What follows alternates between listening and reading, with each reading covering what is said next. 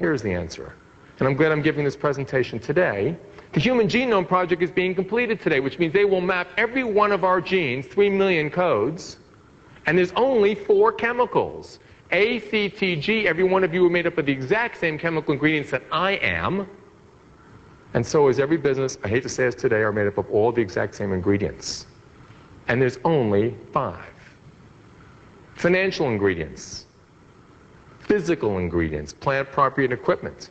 But there are 3 others that we missed. Buyers called customers, channels, partners, distributors. Those are assets too, no matter what the accounting system says. Employees and suppliers are not expenses. They are not part of the supply chain. They are assets too. When you think of the day that Daimler-Benz and Chrysler can work together with Oracle and Commerce One in a digital market exchange to create efficiency that's worth more than the entire auto industry, I'm telling you, when you leave today, employees and suppliers are not expenses. And organizational assets like Steve Jobs, like Josh, like Lou Gerstner, like Jack Welch, like Alan Greenspan, because he doesn't have it right either as part of the federal deficit. When you think about leaders, they are not expenses either. They never were. Their cultures are not. Their values are not. Their systems, their processes, their patents. Here's a good one. We can break up Bill Gates' monopoly. We can, even if he has a monopoly. But the Wall Street Journal has it right. What do you do with 1,200 patents? Who does it go to? Because no matter what they do to him, those are protections of his intellectual property. The government will not change that economic equation. Just give 600 to each.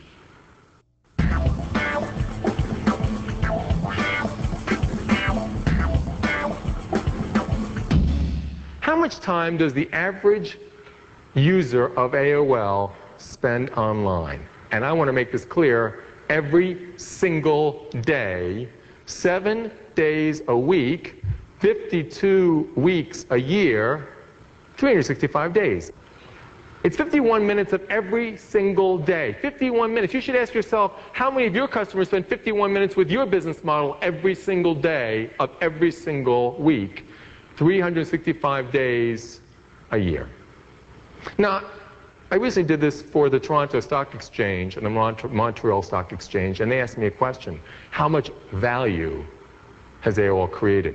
Now, they spent $4 billion that you should realize creating an asset base of how many customers? Anybody tell me the number of customers AOL has, subscriber customers? 23 million. How many non-subscriber AOL customers should we add to that list, including ICQ, Instant Messenger, and every other AOL.com user? How many more does that get, Steve, case 2? 100 million users. Now, everybody know the population of Canada? Because this is what blew them away in Canada. Anybody want a sense of Canada? Anybody want to guess? He tried a little town of how many people in your town? 360. Well, let me just give you the size of Canada, 33 million people. So AOL, America Online, is only equal to 3 times the size of the Canadian population. Now I'm going to ask you a simple question. With the Canadian population being triple-fold, called AOL, going online 51 minutes of every single waking day, 365 days a year, do you have any idea what the value of 100 million people are, could do, want to do, when they can do the following? 600 million pages a night, $1.5 billion of transactions every 7-day period, $4 billion of acquisition costs that everybody thought was worthless. They made them write them off because customers and employees are worth nothing. Anybody want to guess what the value of 100 million people are? Because if you know the answer, then you know how AOL got to be worth 150 billion, or should it be $1 trillion? I don't know what 150 million people are capable of doing. I really don't.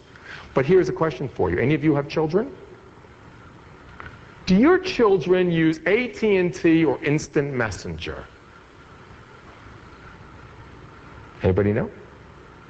What do your children use? Excuse me? Instant Messenger. Now, my children use Instant Messenger too, and they use Instant Messenger because they say to them this is the following comment to me. Dad, get with the new economy. What's with that Lotus Notes thing anyway, and that AT&T long-distance service? Send, receive, one person, talking to one person with conference. What is that? My kids are talking to all their friends at one time, including all their girlfriends at age 10 and 12.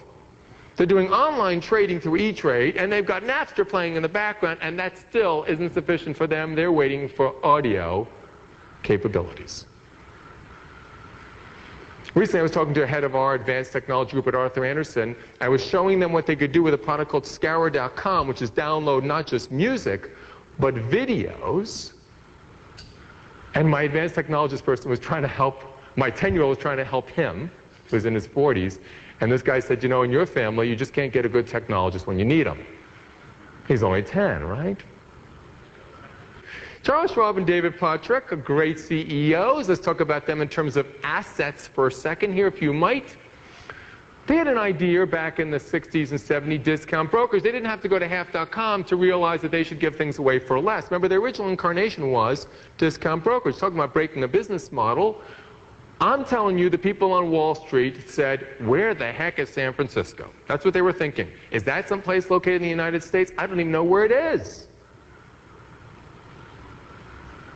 David and Charles were in San Francisco thinking, God, the world has changed. We should create a business model that's located out here, and we should do something. We should be able to think about bringing Wall Street to the customer. We shouldn't have to force our customers to come to Wall Street. Let's just put what I call as ambulatory care for the customers by them. Let's bring Wall Street to Main Street. They didn't have the internet back then, not really. They had ARPANET, but no one really knew it yet. And so they put 350 offices around the country. The next great invention was they realized, you know, some people that have 13,000 people, those people are pretty smart. We might be able to leverage them into an idea. Here's the simple idea, which I love the best. In 1990, they sent a young man and a young woman to meet Barton Biggs. Barton Biggs is the chief investment officer of Morgan Stanley. He is fighting a war with Abby Joseph Cohen, a woman, a Jewish woman, half his age, in New York City, who is the chief investment officer of Goldman Sachs. This is 1990. We are doing this in the year 2000. Abby Joseph Cohen is saying in the year 1990, there is a new economy, and it's made up of intangibles, just like my wife is saying the same thing to me. Barton Biggs is saying, no new economy in my life. If it ain't tangible, it ain't going to be valuable. So he sends these two young people, Charles and David, to go visit Barton Biggs and ask some simple questions, the first of which is the following. Will women ever work? Or will they spend their times at home creating babies? Now, you can see this woman in the audience today. You might think, oh, what a crazy question to ask in 1990. But how do you think Barton Biggs answered the question? Will they or will they not? 1990. Anybody want to guess? The answer was, they will not. They wonder who Barton was married to, right? Because I looked at what women were doing in 1990, and every woman I knew was working their asses off. They were all working as hard as every guy I ever met. And the second question they asked them is, and if women do go to the workforce in any shape or form, will they want to shop for financial products the way they shop for food and clothing? Will they want choices? Because you remember, until 1990, you had to buy a Morgan product from Morgan, a Solly product from Solly, a Goldman product from Goldman, a Lehman product from Lehman, a Smith Barney product from Smith Barney. You couldn't buy in a supermarket format the way you can today everybody's product from everybody. Before I go forward, how many of you sell your competitors' products? How many of you offer your competition's products to your customers? Because if you think about Schwab for a second, anybody have a Schwab OneSource account here? Anybody? Do you have to buy Schwab products from Schwab? No is the answer. You can buy anybody's products. Now, Schwab was a great inventor, right? He thought, gee, I can do this. If no one sees it, we have a winner. We'll order for the competition's products. So in 1990, he built a digital exchange. He offered a half.com, if you might, just to show you this is not only about this decade, about new business models. He offered the ability to offer everybody's products to everybody's customers in real time. And you ask, what was the outcome of that? So I say, why was David Kaminsky right? Well, the outcome of that is simple. In less than a decade, he accumulated 7.1 million customers, 4.4 million of them day trading. Now, why was David Kaminsky right? Because in June of 1999, he went on the cover of the Wall Street Journal and said either David or his PR agent should be shot. Because he said in the summer of 1999, the internet and that those technologists are changing the financial services industry. This is the summer of 1999. Now, the reason I tell you this story is, anybody see the number behind me? How big this number is? 750 billion in less than a decade. David and Charles had accumulated not just 7.1 million customers, 350 offices, 14 or 13,000 brilliant people. They had accumulated $750 billion of our capital. The only people standing between them and success now is Citigroup at more than $1 trillion.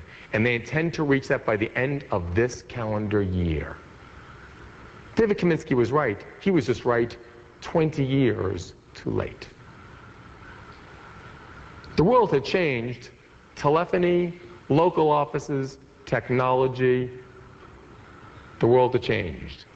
Anybody trying to buy a computer from Compaq, a computer for you, designed for you, when you want it, the way you want it? You remember, I had to spend 20 years listening to my wife saying, relationships, knowledge, and community count. When was the last time Compaq heard what you had to say and delivered a computer to you? Well, the answer is Michael Dell, another college student,